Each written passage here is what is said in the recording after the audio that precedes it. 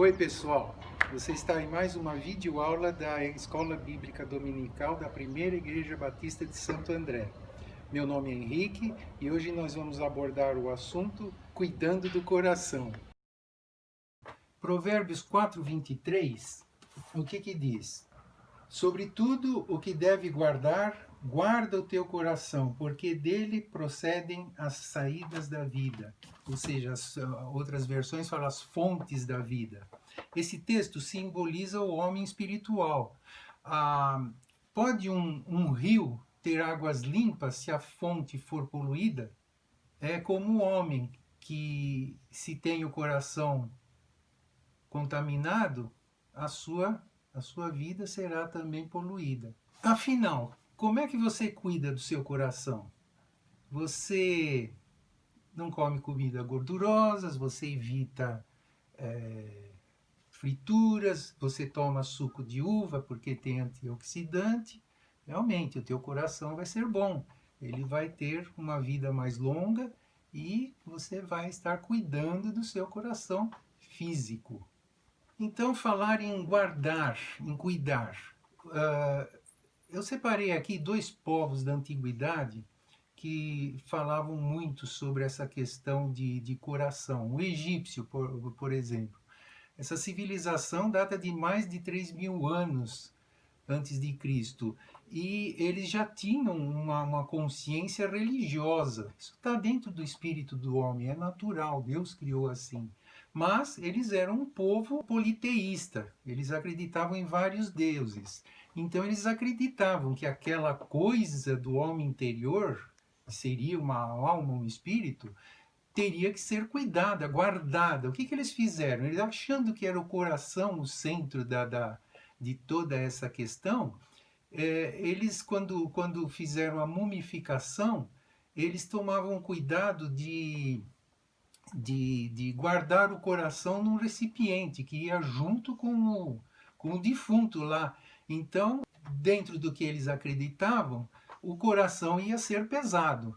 E era isso mesmo que eles faziam. O coração ficava num recipiente e o entendimento deles é que viria um julgamento. Nesse julgamento teriam 42 deuses que pegariam uma balança onde era colocado o coração do falecido e no outro prato eles colocariam uma pena. Se o coração pesasse mais do que a pena, viria um monstro e devoraria o corpo. E aí, no caso, a alma ou o espírito ficaria sem o corpo. Ou seja, seria uma alma penada vagando por aí. É de se entender que hoje os egípcios são muçulmanos, 80% da população egípcia é muçulmana, então eles seguem o islamismo. O segundo povo a citar aqui seriam os gregos, porque eles eram um povo muito técnico, culto, eles davam muito valor para a arte. E o povo grego da antiguidade, eles tinham uma rica mitologia, que eles também eram politeístas. Então, dentro dessa mitologia, era enquadrado também uma pós-vida. Eles acreditavam que havia um espírito dentro do homem que regia o seu coração. E nesse conceito aí, eles, por ser um povo culto, eles eram muito voltados à filosofia. Então, eu cito aqui o Platão, que ele formulou que a alma, o espírito, teriam três partes. A cabeça, que controla o intelecto, o coração, o medo, o orgulho, a raiva, a coragem, e os órgãos do abdômen, que seria a ganância, luxúria e paixões. Isso daí dá um conceito para eles de que é uma visão de que, assim como os egípcios, existe alguma coisa interna também.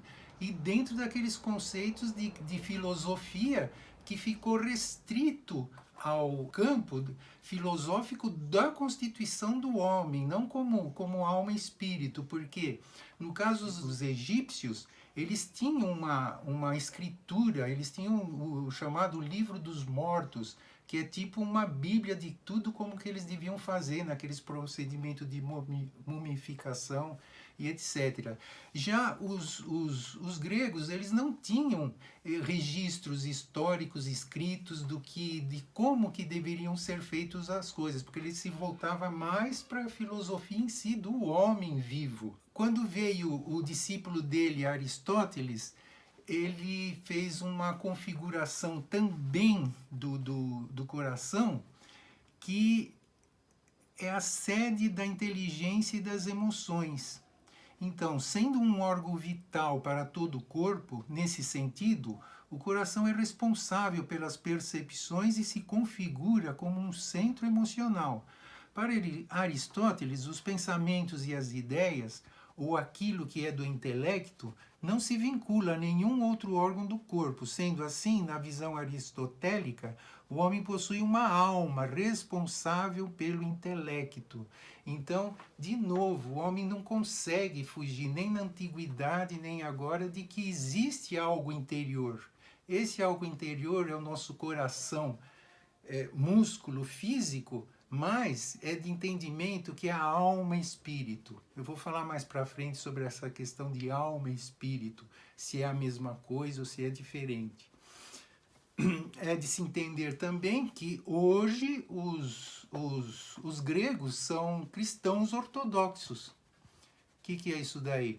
Nada mais do que o cristianismo romano fora do conceito papal. O judeu, ele, quando nós lemos o Velho Testamento, não tem tanta direção do contexto bíblico teológico de uma divisão da alma e do espírito. Até aí é de se entender, porque Deus, no seu infinito entendimento, ele sabia que o povo dele, o povo escolhido, estaria no meio de situações de politeísmo também. Tanto é que você pega o livro de Juízes, o povo se misturava e casava com homens, mulheres de outras religiões, religiões politeístas, e eles não condenavam com resistência necessária esse tipo de coisa. Pelo contrário, eles participavam e assimilavam também esse tipo de coisa. Agora imagina se Deus falasse claramente na palavra dele sobre a triunidade, bem como a trilogia, poderia já sugerir a existência de outros deuses. Vamos ver a condição da Bíblia em Gênesis 3, 22 e 24. Então disse o Senhor Deus: eis que o homem é como um de nós, sabendo o mal e o bem. Ora, pois, para que não estenda a sua mão e tome também da árvore da vida, e coma e viva eternamente, o Senhor Deus, pois, o lançou fora do jardim do Éden para lavrar a terra de que fora tomado. E, havendo lançado fora o homem, pôs querubins ao oriente do jardim do Éden e uma espada inflamada que andava ao redor para guardar o caminho da árvore da vida. Quantos de nós já não falam, puxa vida, mas por que Deus criou o homem sabendo que ele ia fazer isso? O homem, tendo feito isso daí, levou eu no vácuo. Até hoje, o pecado que ele fez naquela queda condenou todos os homens a pecarem.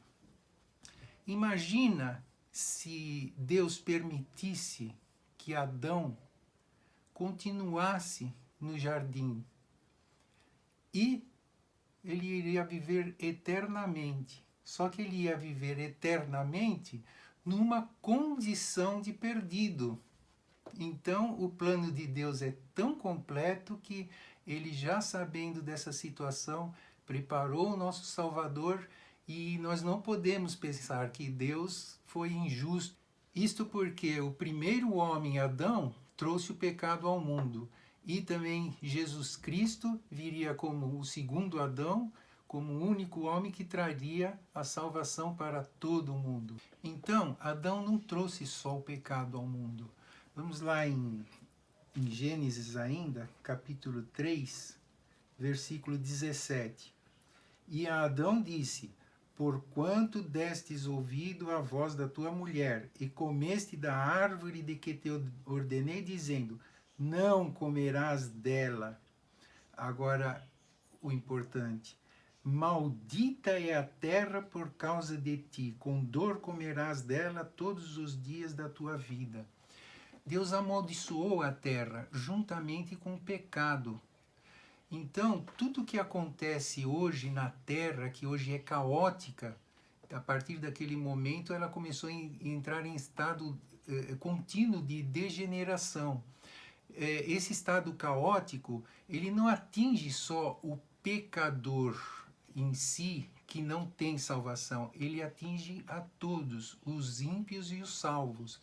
Por isso que hoje nós podemos pensar, nossa, essas doenças, essa peste, o Covid, está levando tantos santos de Deus.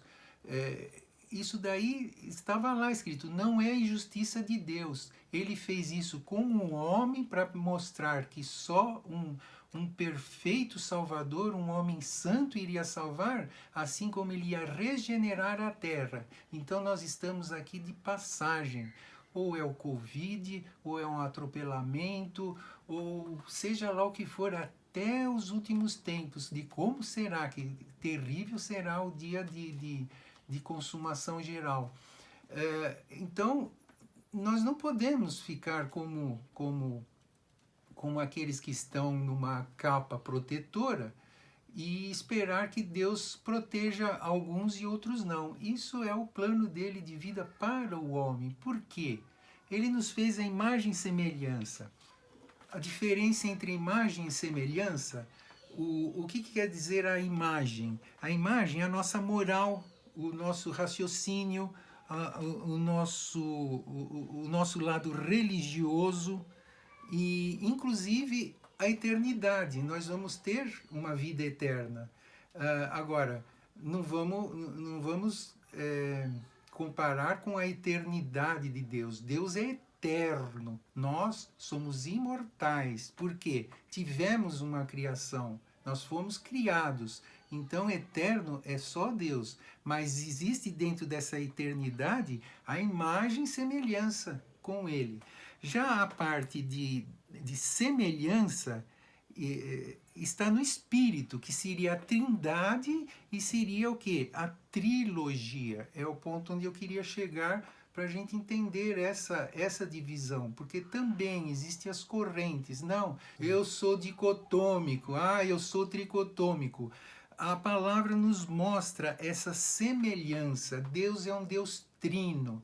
Como eu falei, se no Velho Testamento ele não foi claro, Deus foi revelando aos poucos os segredos dele. No Novo Testamento, nós já estávamos preparados para entender a trindade de Deus e a trilogia do homem. Olhando os textos de 1 Tessalonicenses 5:23 diz: e o mesmo Deus de paz vos santifique em tudo, e todo o vosso espírito, e alma, e corpo sejam plenamente conservados irrepreensíveis para a vinda de nosso Senhor Jesus Cristo. Mais para frente, em Hebreus capítulo 4, versículo 12, porque a palavra de Deus é viva e eficaz, e mais penetrante do que espada alguma de dois gumes, e penetra até a divisão da alma e do espírito, e das juntas e das medulas, e é apta para discernir os pensamentos e intenções do coração. O outro texto sobre isso seria 1 João capítulo 5, versículo 7. Porque 3 são os que testificam no céu, o Pai, a Palavra e o Espírito Santo, e estes 3 são um. Pronto, Deus aqui já está falando com clareza para nós, nós já estamos aptos a entender esse tipo de coisa. Sobre a trilogia do homem, então, nós temos uma formação em 3 partes, assim Deus nos fez. Nós temos então um corpo. O nosso corpo foi feito do quê? Da terra. Do pó da terra foi feito o nosso corpo. Então, é difícil entender como hoje os cientistas, conhecedores dos elementos químicos da natureza, não conseguem ver que no homem, o que existe dentro da conformação principal do homem, quimicamente. Ele tem oxigênio, carbono, hidrogênio, nitrogênio, cálcio, fósforo, potássio, enxofre, sódio, cloro, iodo, ferro, cobre, zinco e outros em menor escala, mas que está tudo na Terra, a Terra que Deus criou também. Então é difícil não acreditar que nós viemos do pó, a Terra é assim. O nosso coração, e semelhantemente, ele vai voltar como pó para a terra. Então, o que será tratado, esse nosso assunto, é de como tratar, de como guardar o coração, essa alma, esse espírito. O corpo sem a alma é inerte. Essa nossa parte, que é a alma, ela é racional. É isso que será julgado. No Antigo Testamento, a alma era tratada como nepresh, em hebraico. No Novo Testamento, é psique. Então, aí que tem uma diferença de que a própria língua hebraica tratava o espírito e a alma com palavras diferentes, mas o judeu, aquilo que eu falei, não poderia ainda entender esse tipo de coisa. O espírito no Antigo Testamento é ruach, hebraico, e no Novo Testamento é pneuma, que foi escrito no grego. E ainda tem no latim espíritus, que ele está tratando especificamente do espírito. Sobre essa trilogia, Jesus também, como homem. Vamos lá em João 19:38. Depois disto, José de Arimateia, o que era discípulo de Jesus, mas oculto por medo dos judeus, rogou a Pilatos que lhe permitisse tirar o corpo de Jesus. E Pilatos lhe permitiu. Então foi e tirou o corpo de Jesus. Depois em Mateus capítulo 26, versículo 38. Então lhes disse: a minha alma está cheia de tristeza até a morte. Ficai aqui e velai comigo. A minha alma, Jesus falando. E por fim, Lucas capítulo 23, versículo 46. E, clamando Jesus com grande voz, disse: Pai, nas tuas mãos entrego o meu espírito. E, havendo dito isto, expirou.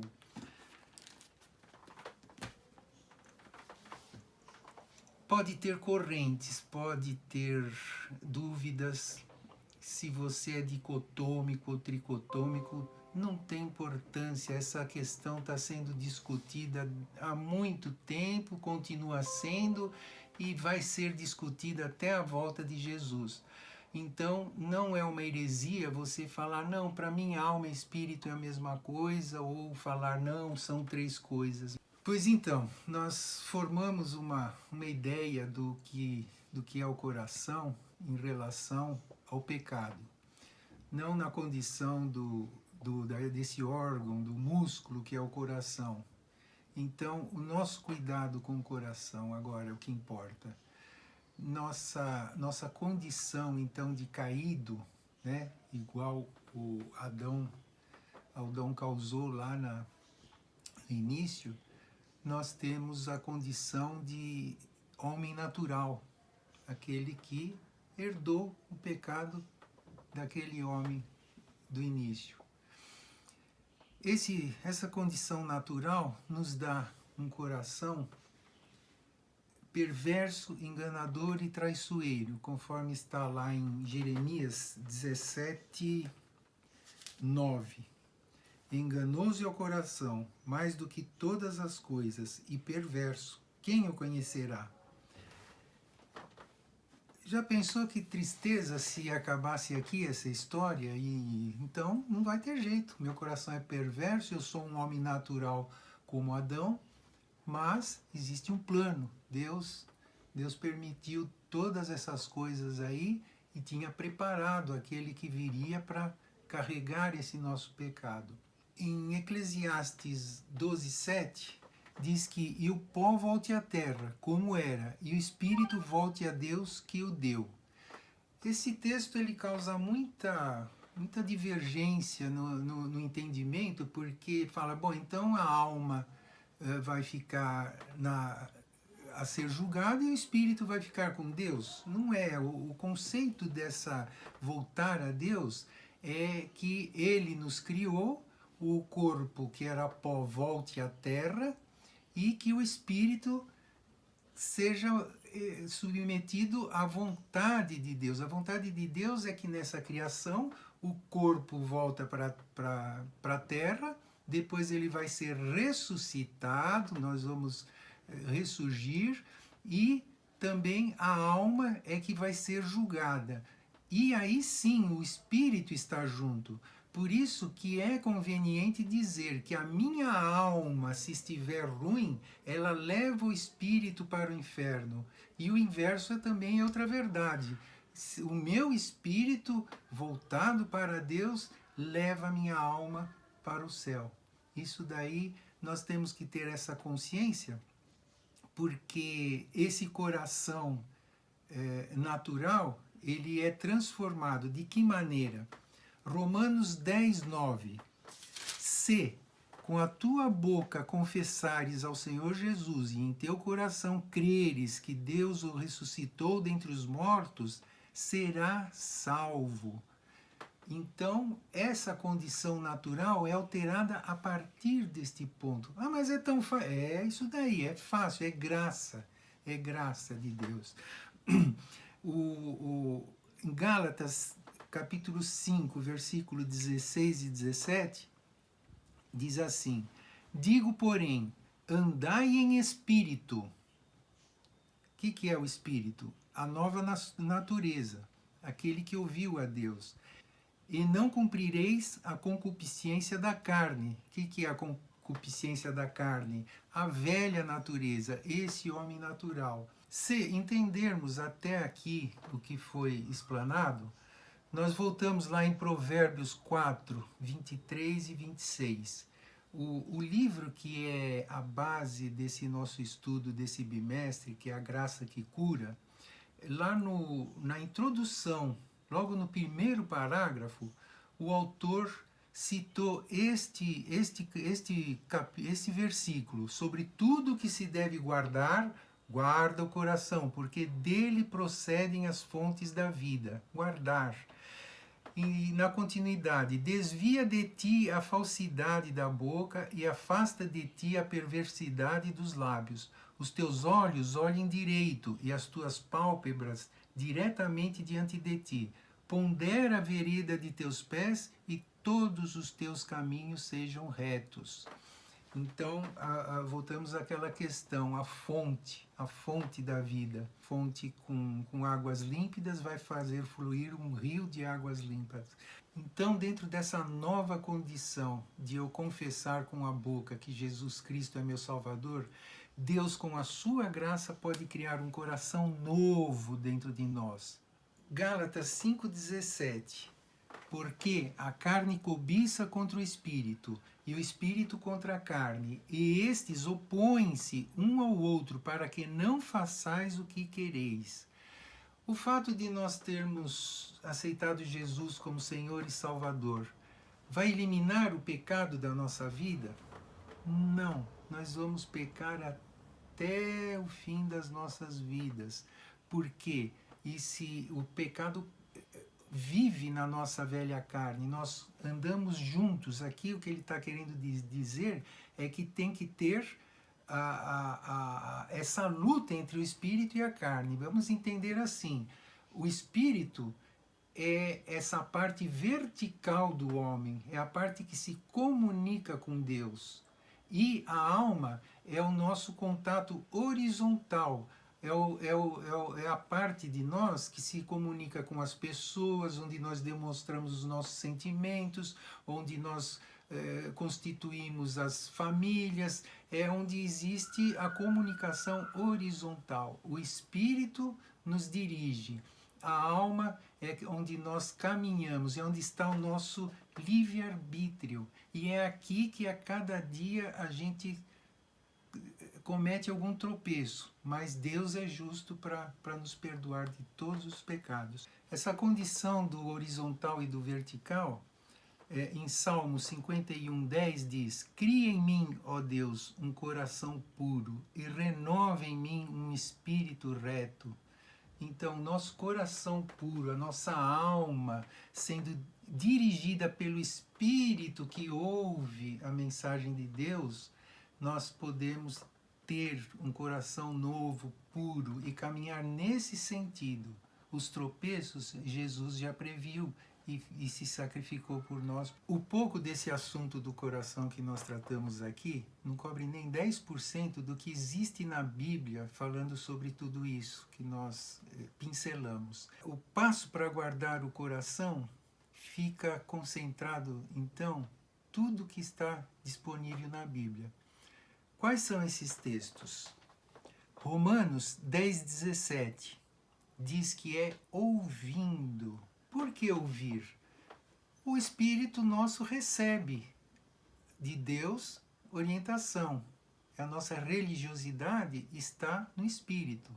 Deus se comunica através do Espírito, porque Ele é Espírito.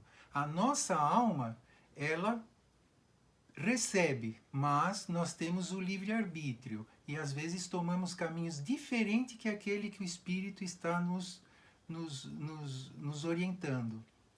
Então, ouvindo, como está sendo feito. Nós estamos numa escola bíblica, nós vamos num culto, nós ouvimos o que está sendo pregado sobre a palavra.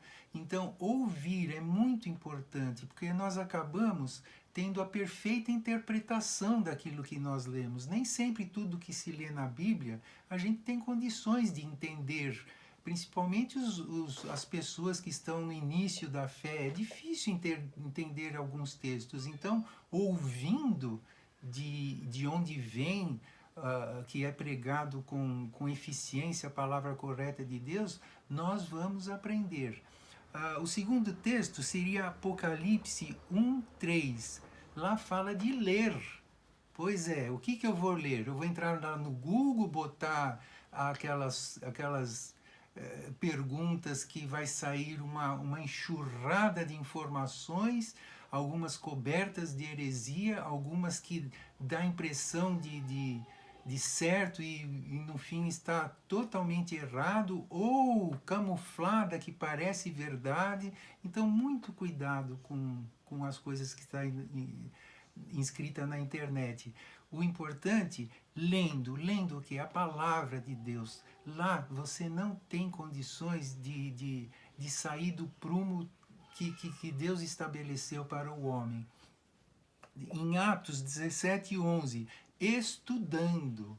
Não adianta a gente ler sem uma consciência de entendimento. Nós precisamos estudar. Estudar quer dizer levar o conteúdo aos contextos da Bíblia. Não adianta a gente ler um texto e aquele texto pode se enquadrar a tanta coisa, mas o contexto da palavra, ele envolve o entendimento que é necessário estudar. Então, vamos estudar a palavra de Deus.